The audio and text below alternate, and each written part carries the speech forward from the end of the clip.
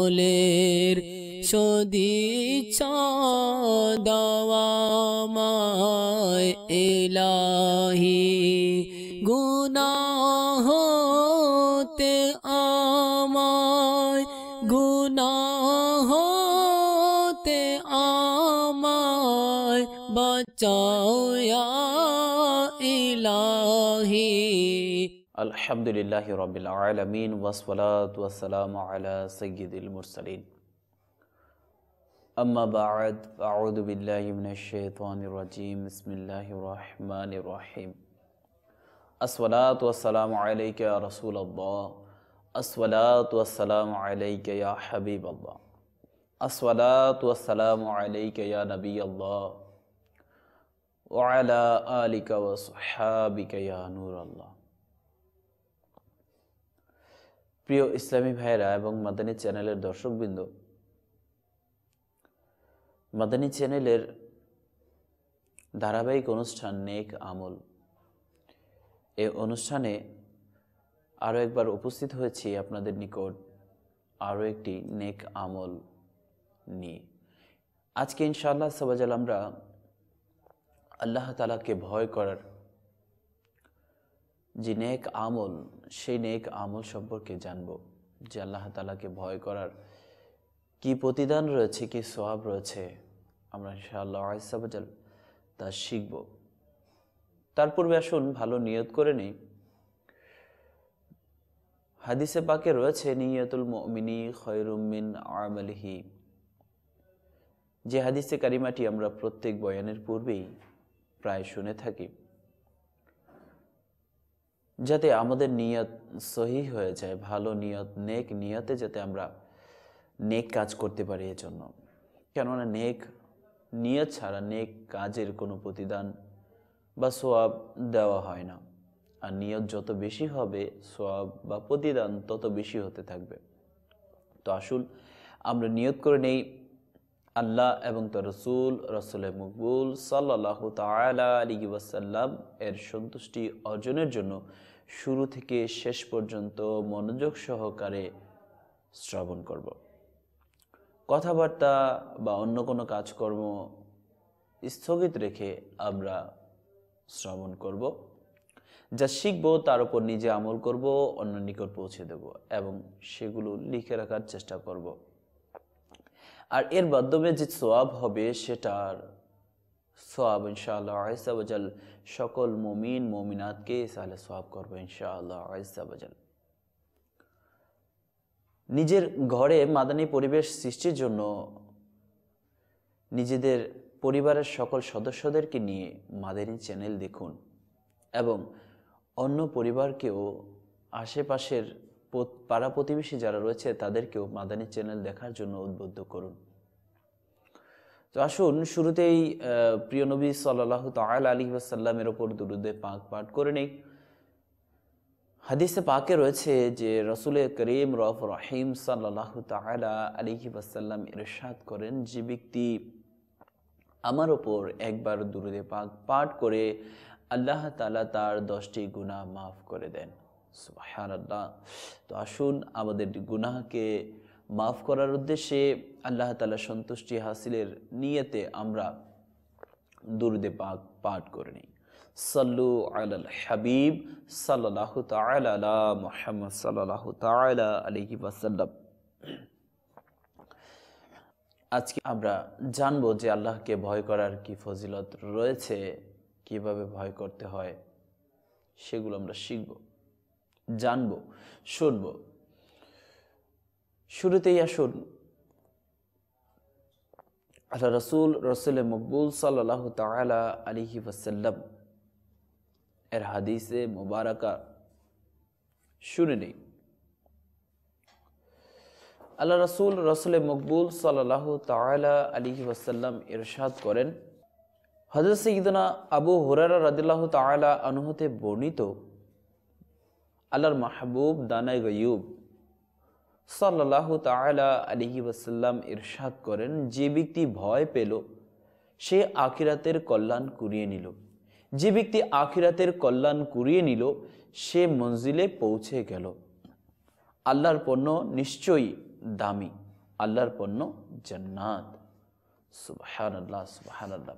তো আসুন ভয়ে সম্পর্কিত একটি ঘটনা শুনে নিই, যা বুখারী এবং মুসলিম শরীফের মধ্যে কিছুটা পরিবর্তনের মাধ্যমে উল্লেখ করা হয়েছে। আসুন শুনে নিই। হযরত সাইয়্যিদুনা আবু হুরায়রা রাদিয়াল্লাহু তাআলা আনহু থেকে বর্ণিত, নূরের পাইকার, সকল নবীদের সরওয়ার, দো জাহানের মালিক ও মুখতার সাল্লাল্লাহু তাআলা আলাইহি ওয়াসাল্লাম ইরশাদ করেন, জৈনিক ব্যক্তি নিজের ওপর জুলম করত, মৃত্যুকালে সে তার পুত্রকে বলল, আমি মারা গেলে আমাকে পুড়ে ফেলবে, তারপর ছাইগুলো বাতাসে উড়িয়ে দেবে। আল্লাহর কসম, তিনি যদি আমাকে আযাব দেন তাহলে এমন আযাব দেবেন যা অন্য কাউকে দেবেন না। সে যখন মারা গেল তার ওসিয়ত অনুযায়ী কাজ করা হলো। আল্লাহ পৃথিবীকে হুকুম দিলেন, তোমার মাঝে যা যা আছে সব একত্র করো। পৃথিবী তাই করলো। এবার আল্লাহ সেই বান্দাটিকে জিজ্ঞাসা করলেন, তোমার এই ধরনের ওসিয়ত করার পেছনে কারণ কি?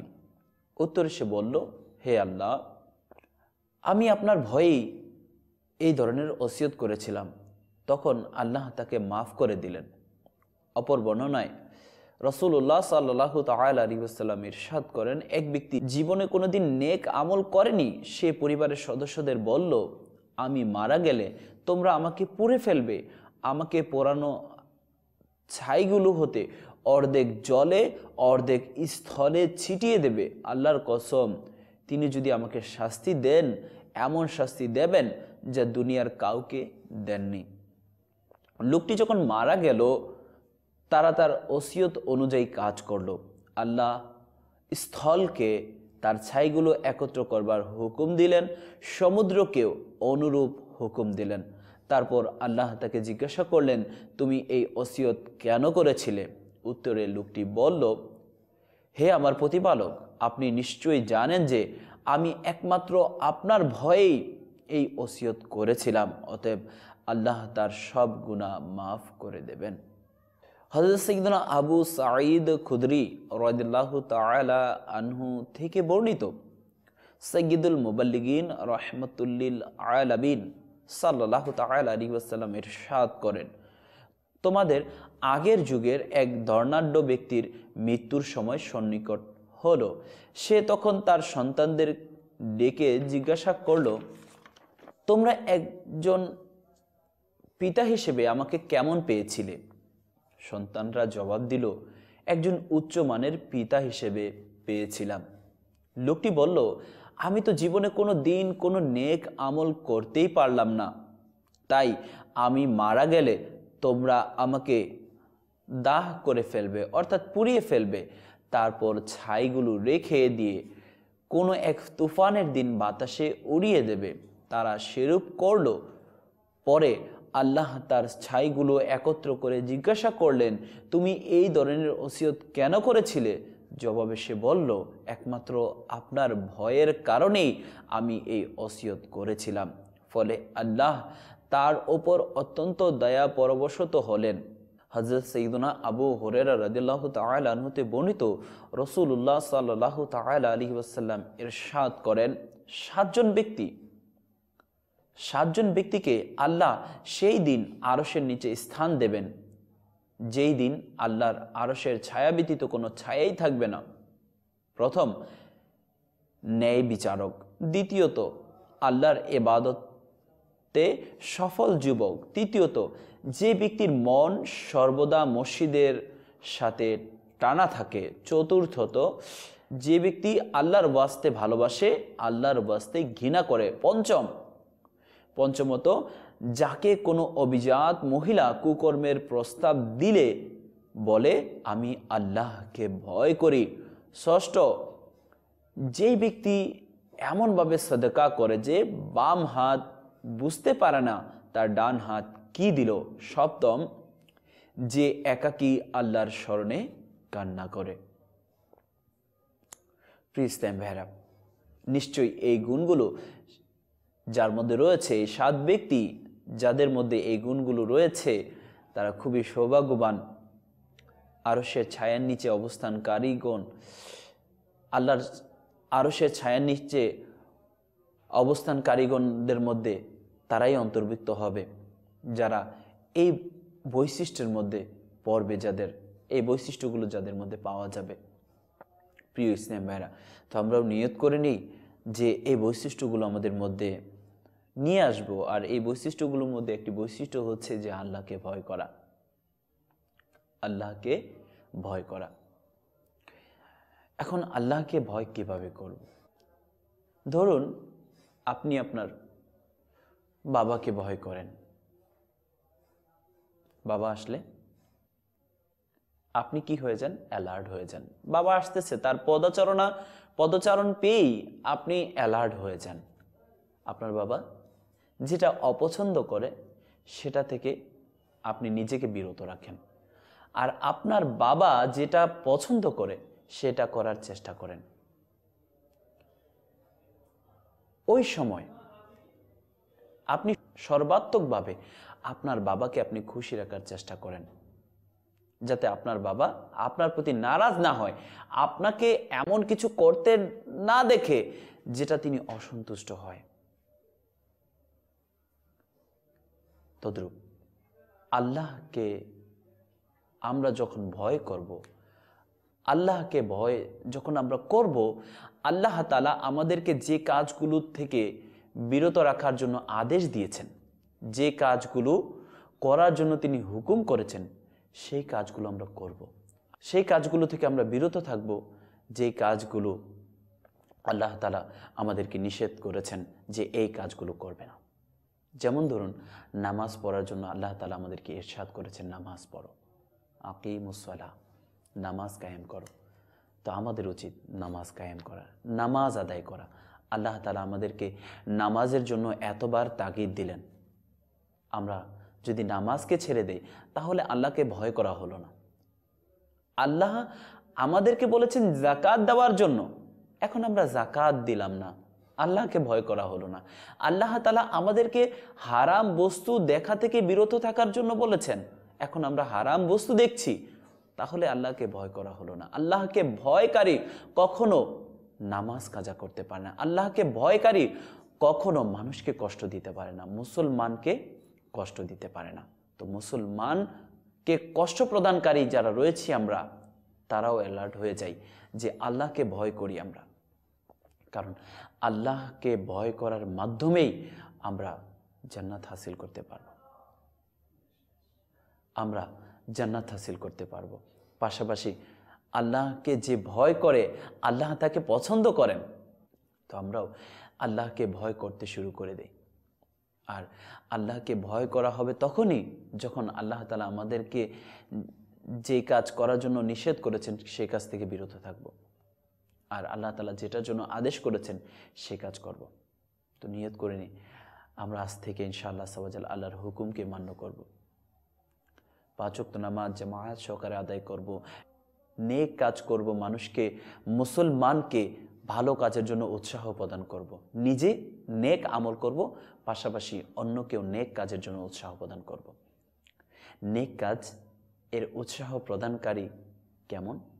হাদিসে পাকে রয়েছে, যে ব্যক্তি নেকির দাওয়াত দিল, ওই নেকির দাওয়াত দাতা যাকে নেকির দাওয়াত দিল, ওই ব্যক্তি যে আমল করবে, যে আমল করে যে সওয়াব সে পাবে, ওই নেকি দাওয়াত দাতা তার সমপরিমাণ সওয়াব অর্জন করবে। তো ইনশাআল্লাহ সাওয়াজাল আমরা নেকির দাওয়াত দেবো ইনশাআল্লাহ সাওয়াজাল। আর নেকির দাওয়াতের মধ্যে এটাও রয়েছে যে মাদানী চ্যানেলের ভিউয়ার্স বাড়ানো। ভিউয়ার্স বলতে এখন আপনার যারা মাদানী চ্যানেল দেখে না তাদেরকে মাদানী চ্যানেল দেখানোর জন্য উদ্বুদ্ধ করা, কেননা এই মাদানী চ্যানেলের মাধ্যমে অসংখ্য গড় আজকে মদিনার বাগানে পরিণত হয়েছে। যেখানে যে গড়ে আগে গান বাজনা চলতো, আলহামদুলিল্লাহ মাদানী চ্যানেলের বরকতে সেই গড় আজকে মদিনার সুবাসিত বাগানে পরিণত হয়েছে। যে গড়ে সব সময় ঝগড়াঝাটি লেগে থাকতো, আলহামদুলিল্লাহ মাদানী চ্যানেলের বরকতে সে গড়ে আজকে মনোরম পরিবেশ বিরাজ করছে। তাই নিজের ঘরকে সুন্দর রাখার জন্য শুধু নেক আমল হবে তা নয়, বরঞ্চ আমাদের ঘরগুলো নিরাপত্তার মধ্যে থাকবে। আমাদের ছেলে, আমাদের মেয়ে, আমাদের ভাই, আমাদের বোন, আমাদের স্ত্রী, পুত্র, যারা কন্যা রয়েছে সকলে নিরাপত্তার মধ্যে থাকবে। তাদের মধ্যে শৃঙ্খলা আসবে, তাদের মধ্যে ঐক্য আসবে। তো আমরা চেষ্টা করি আমাদের যারা রয়েছে, আহাল পুত্র পরিজন যারা রয়েছে সকলকে মাদানী চ্যানেল দেখার জন্য, নেকির দাওয়াত দেওয়ার জন্য ইনশাআল্লাহ সাবাজাল আমরা নিয়ত করিনি। আমরা শুনতেছিলাম যে আল্লাহকে ভয় করার কি ফজিলত। হযরত সাইয়্যিদুনা আবু হুরায়রা রাদিয়াল্লাহু তাআলা আনহু ইরশাদ করেন, আল্লাহ তাআলা বলেন, আমার ইজ্জত ও জালালের কসম, আমি আমার বান্দার ওপর 2টি ভয় এবং 2টি নিরাপত্তা একসাথে দেব না। সে যদি দুনিয়ায় আমাকে ভয় করে তাহলে কিয়ামতের দিন আমি তাকে নিরাপত্তা দেব, আর যদি দুনিয়ায় সে আমাকে ভয় না করে তাহলে কিয়ামতের দিন আমি তাকে ভয়ে লিপ্ত করে দেব। হযরত সাইয়্যিদুনা ইবনে আব্বাস রাদিয়াল্লাহু তাআলা আনহু ইরশাদ করেন, আল্লাহ যখন শাহেনশাহে আবরার সাল্লাল্লাহু তাআলা আলাইহি ওয়াসাল্লাম এর ওপর কোরআনুল করিমের আত-তাহরিমের 6 নং আয়াত নাজিল করলেন, তখন তিনি একদিন তার সাহাবাদের সামনে আয়াতটি তিলাওয়াত করলেন। আয়াতটি শোনার সাথে সাথে এক যুবক বেহুশ হয়ে মাটিতে লুটে পড়লেন। রাসূল পাক সাল্লাল্লাহু তাআলা আলাইহি ওয়াসাল্লাম যুবকটির বুকে হাত দিয়ে দেখলেন যে সেটি নড়ছে। তখন তিনি ইরশাদ করলেন, হে যুবক, বলো লা ইলাহা ইল্লাল্লাহ।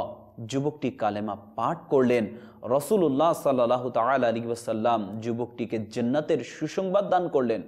সাহাবায়ে কেরাম আরজ করলেন, ইয়া রাসূলুল্লাহ সাল্লাল্লাহু তাআলা আলাইহি ওয়াসাল্লাম, দুনিয়াতেই সুসংবাদ? ইরশাদ করলেন, তোমরা কি সূরা ইব্রাহিম এর 24তম আয়াতটি শ্রবণ করনি?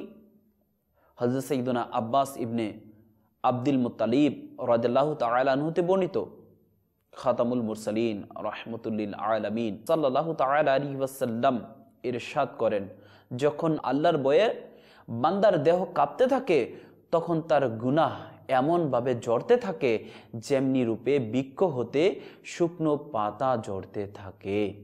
অপর বর্ণনা রয়েছে, আমরা রাসূলুল্লাহ সাল্লাল্লাহু তাআলা আলাইহি ওয়াসাল্লামের দরবারে একটি গাছের নিচে বসা ছিলাম।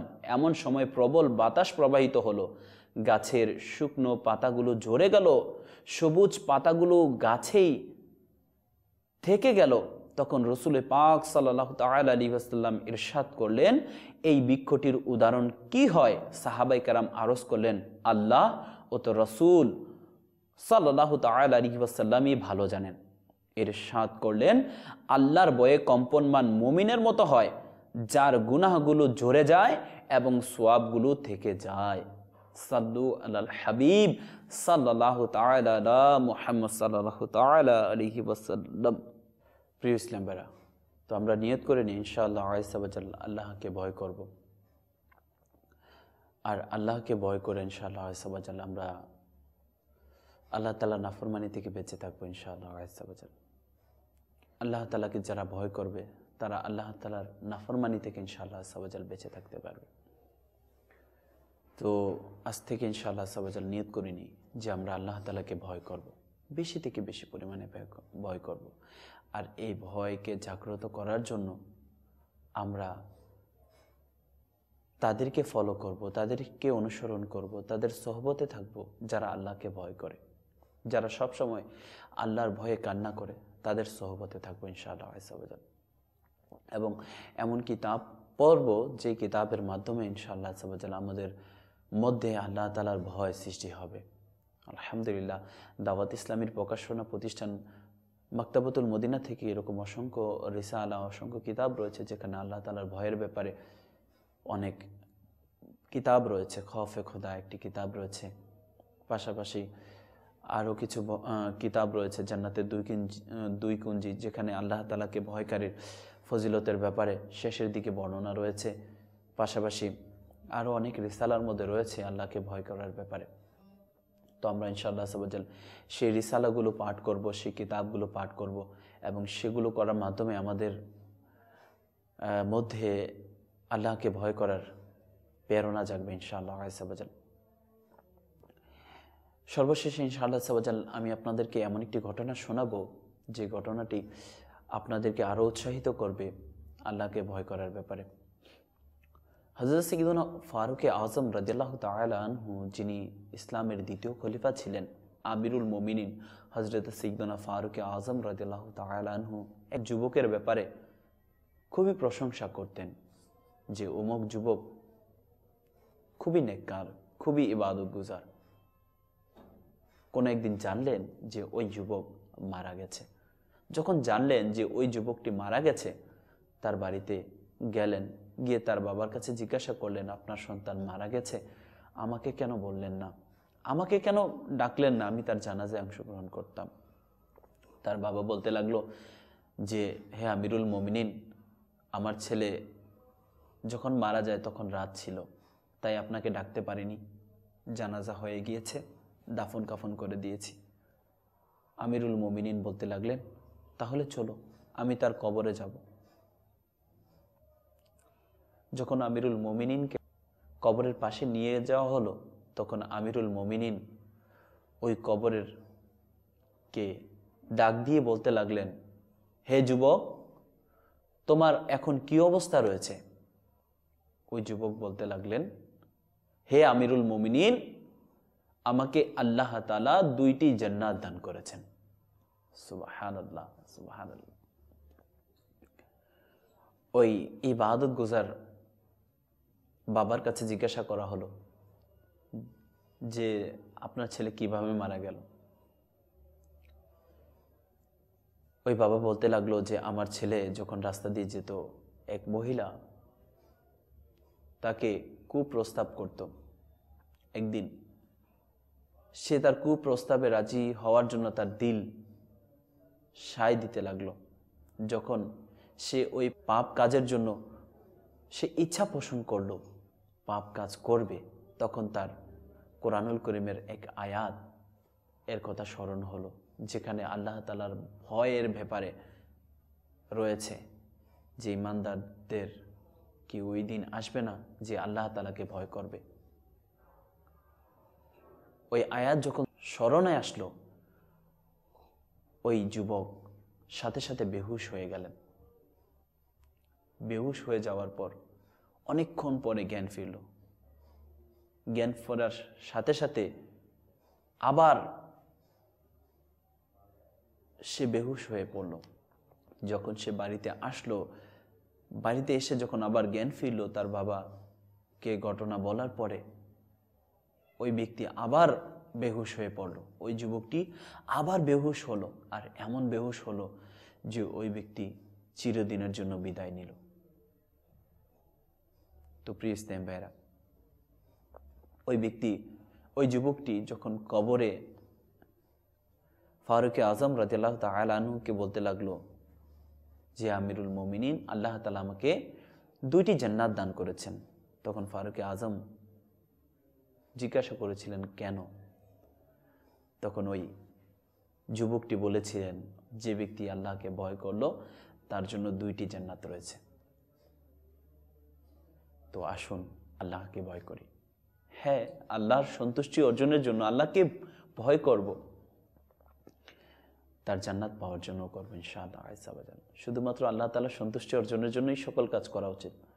হ্যাঁ, অবশ্যই, কিন্তু পাশাপাশি আল্লাহ তাআলা যেভাবে আমাদেরকে উৎসাহ দিয়েছেন, সেই উৎসাহকে গ্রহণ করা, সেটাকে আল্লাহ তাআলার সন্তুষ্টি অর্জনের মাধ্যমেই ধরা যাবে। তো আসুন আমরা ইনশাআল্লাহ আযজা ওয়া জাল নিয়ত করে নিই যে আমরা আল্লাহকে ভয় করব, তার হুকুমগুলো মান্য করব, তিনি যেটা নিষেধ করেছেন সেটা থেকে বিরত থাকবো ইনশাআল্লাহ আযজা ওয়া জাল। মাদানী চ্যানেল দেখতে থাকুন এবং এরকম আরও নেক আমল সম্পর্কে জানতে থাকুন। আল্লাহ তাআলা আমাদেরকে বেশি থেকে বেশি পরিমাণে নেক আমল করার তৌফিক দান করুক। আমিন বিজাহিন নবিল আমিন সাল্লাল্লাহু তাআলা আলাইহি ওয়াসাল্লাম। সাল্লু আলাল হাবিব সাল্লাল্লাহু তাআলা আলা মুহাম্মদ সাল্লাল্লাহু তাআলা আলাইহি ওয়াসাল্লাম। আমলের সদিচ্ছা দাওয়ামায় ইলাহি, গুনাহ হতে আমায় গুনাহ হতে আমায় বাঁচাও ইয়া ইলাহি